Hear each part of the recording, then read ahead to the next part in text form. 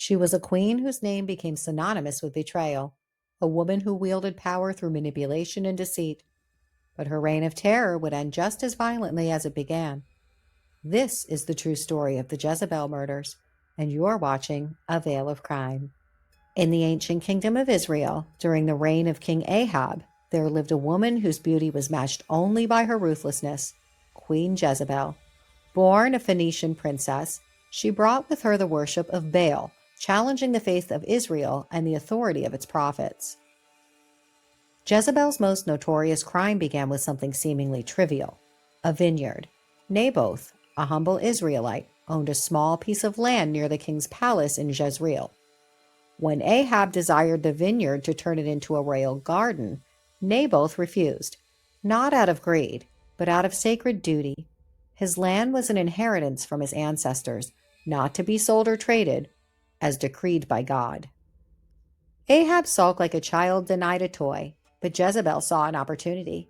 With chilling precision, she plotted Naboth's demise. She wrote letters in Ahab's name, sealed them with the royal seal, and sent them to the city elders. Her command was clear: proclaim a fast, accuse Naboth of blasphemy against God and the king, and have him stoned to death. And so it was done. False witnesses came forward. Naboth was condemned, dragged outside the city, and executed. His blood soaked the ground, the very ground that Ahab and Jezebel would soon claim for themselves. But the prophet Elijah soon appeared before Ahab, delivering a chilling prophecy. In the place where dogs licked the blood of Naboth, dogs will lick your blood. Yes, yours. He warned Jezebel too, saying that her end would come violently, her body devoured by dogs by the wall of Jezreel. Years passed. Ahab fell in battle, and his blood indeed ran into the same soil as Naboth's. But Jezebel continued to rule, manipulating her sons and allies, unrepentant and defiant, until the day came when Jehu, the anointed avenger, rode into Jezreel. As Jehu entered the city, Jezebel adorned herself in royal paint and jewels, a final act of vanity. Leaning from her window, she mocked him, calling out insults. But Jehu was not moved.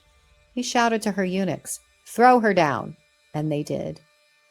Her body struck the wall, and her blood splattered across it. Horses trampled her remains, and when men later came to bury her, only her skull, feet, and hands were found. The dogs had done their work, just as Elijah had foretold.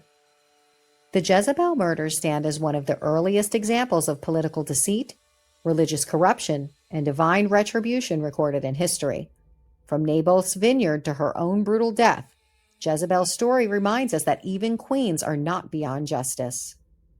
If you enjoyed this descent into the shadows of biblical history, subscribe to A Veil of Crime for more stories where power, sin, and punishment collide. Until next time, remember, behind every legend lies a truth, and behind every veil, a crime.